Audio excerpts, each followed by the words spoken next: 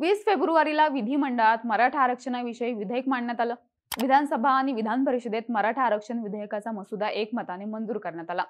मात्र त्यानंतर ओबीसी कोट्यातून आरक्षणाची मागणी करणाऱ्या जरांगेंनी स्वतंत्र आरक्षणाला विरोध करत पुन्हा एकदा उपोषणाचा मार्ग स्वीकारला। जरांगेंनी स्वतंत्र आरक्षणाला विरोध करताच काही मराठा बांधवांनी जरांगेंच्या भूमिकेविषयी प्रश्नचिन्ह उपस्थित केलं। त्याच दिवशी त्यांचे सहकारी असलेल्या अजय महाराज बारसकर यांनी मनोज जरांगे मराठा समाजाची फसवणूक करतात असा आरोप लगावला।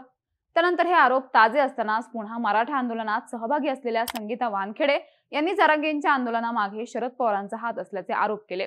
बारसकर आणि वानखेडेंच्या आरोपानंतर त्यांना मराठा समाजाचा रोषाचा देखील सामना करावा लागला। मात्र हे प्रकरण कुठेतरी शांत होत होतं तेवढ्यातच पुन्हा एकदा मनोज जरांगेंचे जुने सहकारी असलेले बाबूराव वाळेकर यांनी देखील जरांगे मराठा समाजाची फसवणूक करत असल्याचा आरोप केला। त्यामुळे मनोज जरांगे पाटील यांच्या सहकाऱ्यांनी त्यांच्यावर गंभीर आरोप केल्याने कुठेतरी जरांगेंच्या अडचणी वाढताना दिसतात। पण या तिघांनी जरांगेंवर नेमके काय आरोप केलेत, आरोप करणारे हे तिघे कोण आहेत आणि या तिघांची पार्श्वभूमी नेमकी काय आहे, जाणून घेऊयात या व्हिडिओच्या माध्यमातून। नमस्कार, मी नम्रता आणि तुम्ही पाहताय बोल व्हिडिओ। सुरुवात करूयात अजय बारसकरांपासून। सरकारने विशेष अधिवेशनाची घोषणा 20 फेब्रुवारीला केली। त्यानंतर 21 फेब्रुवारीला अजय बारसकर यांनी मुंबईत पत्रकार परिषद घेत जरांगेंवर निशाणा साधला होता। मी जरांगे यांना पाटील म्हणणार नाही, जरांगे हेकेखोर आहे, कोणत्याही शब्दावर अडून राहायचा। जरांगे यांनी तुकाराम महाराजांचा अपमान केलाय, तो मी सहन करणार नाही। जरांगेंना काळीची अक्कल नाही असे आरोप त्यांनी केले होते। तर अजय बारसकर हे मूळचे अहमदनगर जिल्ह्यातले आहेत। ते कीर्तनकार, प्रवचनकार, शाहीर म्हणून त्या भागात काही प्रमाणात प्रसिद्ध आहेत। आपल्या कीर्तनातून ते पुरोगामी विचार मांडतात असंही तिथल्या पत्रकारांचं म्हणणं आहे। भंडारा डोंगर इथे त्यांची जागा आहे। तुका सेज या इंग्रजी पुस्तकाचं लेखन त्यांनी केलंय। 2006 पासून ते मराठा आरक्षणासाठी सक्रिय सहभागी असल्याचा दावा केला जातो। 2006 साली नागपूरच्या हिवाळी अधिवेशनादरम्यान विधान भवनाबाहेरच्या मराठा आरक्षणासाठी आंदोलन केल्याप्रकरणी त्यांना अटक देखील झाली होती। त्याचा फोटो देखील समोर आला होता। या दरम्यान मनोज जरांगेंनी बारसकरने महिलांवर अत्याचार केल्याचा दावा केला होता। त्या संदर्भात स्थानिक पत्रकार आणि पोलिसांकडून माहिती घेतली असता साधारण 8 ते 9 वर्षांपूर्वी नगरमध्ये त्यांच्या विरुद्ध विनयभंगाची एक तक्रार झाली होती अशी माहिती मिळते। मात्र त्यांच्यावर गुन्हा दाखल झाला नव्हता असं देखील सांगितलं गेलं। 2018 मध्ये बच्चू कडूंनी त्यांना प्रहारच्या वारकरी संघटनेचं अध्यक्षपद दिलं होतं। मात्र आता जरांगेंविषयी त्यांनी भूमिका मांडल्यानंतर त्यांची प्रहारमधून हकालपट्टी केली गेली आहे। बारसकर हे मोडी लिपीचे वाचक आणि अभ्यासक आहेत। मनोज जरांगे यांच्या आंदोलनादरम्यान कुणबी नोंदी शोधण्यात त्यांनी भूमिका बजावली। सरकार आणि जरांगेंमध्ये समन्वय साधण्यातही त्यांनी भूमिका बजावली असं काही लोकांनी सांगितलंय। जरांगे पाटील यांच्यावर आरोप करणारे अजय बारसकर यांनी जरांगे यांना उपोषण सोडण्यासाठी संत तुकाराम महाराजांचा आदेश आहे असं वक्तव्य केलं होतं। त्याचप्रमाणे आपण देहूतून आलो आहोत असं देखील बारसकर यांनी सांगितलं होतं। तर संत तुकाराम महाराजांच्या वंशजांकडून प्रतिक्रिया देण्यात आली आहे। बारसकर हा माणूस देहूतील नसून त्याला कोणत्याही प्रकारे जगद्गुरू संत तुकाराम महाराजांच्या नावाचा स्वतःच्या हितासाठी वापर करण्याचा अधिकार नाही असं स्पष्ट करण्यात आलंय। अजय बारसकर यांचा देहू आणि देहू संस्थानाशी कोणताही संबंध नसल्याचं सांगण्यात आलंय। देहू संस्थान जरांगे पाटील यांच्या पाठीशी असल्याचं देखील यावेळी सांगण्यात आलंय। सध्या मराठा आंदोलकांकडून बारसकरांचा फडणवीसांसोबतचा एक फोटो व्हायरल करण्यात आलाय, ज्या फोटोची अजून पुष्टी झालेली नाहीये। दुसऱ्या आहेत संगीता वानखेडे। बारसकरांनी आरोप केल्यानंतर दुसऱ्याच दिवशी संगीता वानखेडेंनी जरांगेंच्या आंदोलनामागे शरद पवारांचा हात असल्याचे आरोप केले होते। शरद पवारांच्या राष्ट्रवादीच्या कार्यकर्त्यांवर हल्ले झाले की हा लगेच गुन्हे मागे घेण्याची मागणी करतो। जे शरद पवारांना हवंय तेच या माणसाला पाहिजे। या सगळ्या मागे शरद पवार आहेत असे आरोप संगीता वानखेडेंनी केले होते। संगीता वानखेडे या मूळच्या बुलढाणा जिल्ह्यातील चिखली तालुक्यातील आहेत। लग्न झाल्यानंतर त्या चाकणमध्ये राहत होत्या।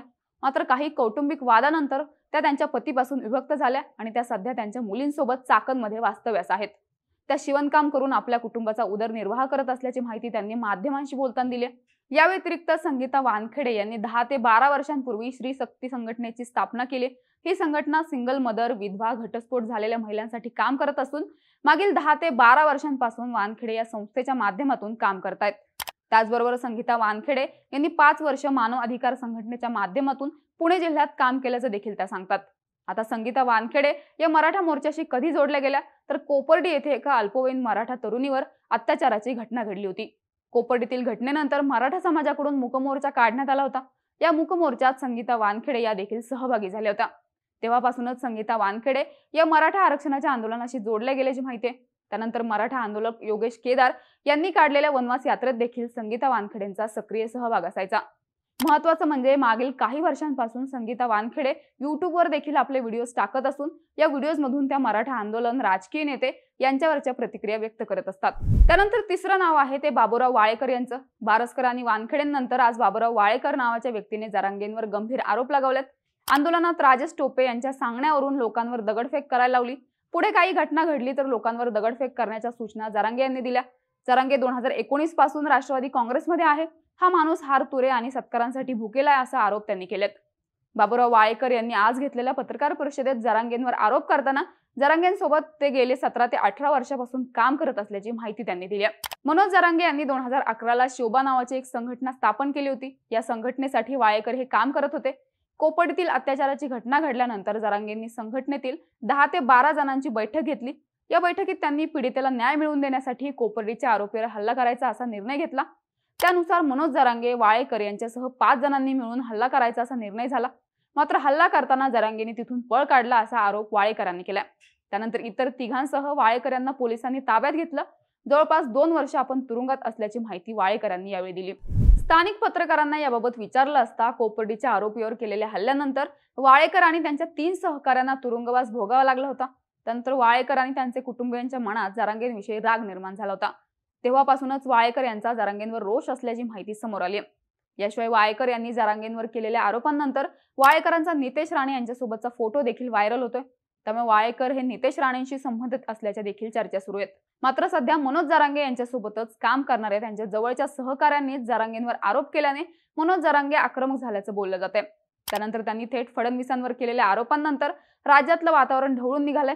जरांगेंवर आरोप केलेल्या 3 व्यक्तींबाबत तुम्हाला काय वाटतं ते आम्हाला कमेंट्समध्ये नक्की सांगा आणि यासारख्या व्हिडिओजसाठी बोल भिडूला सबस्क्राईब करायला विसरू नका.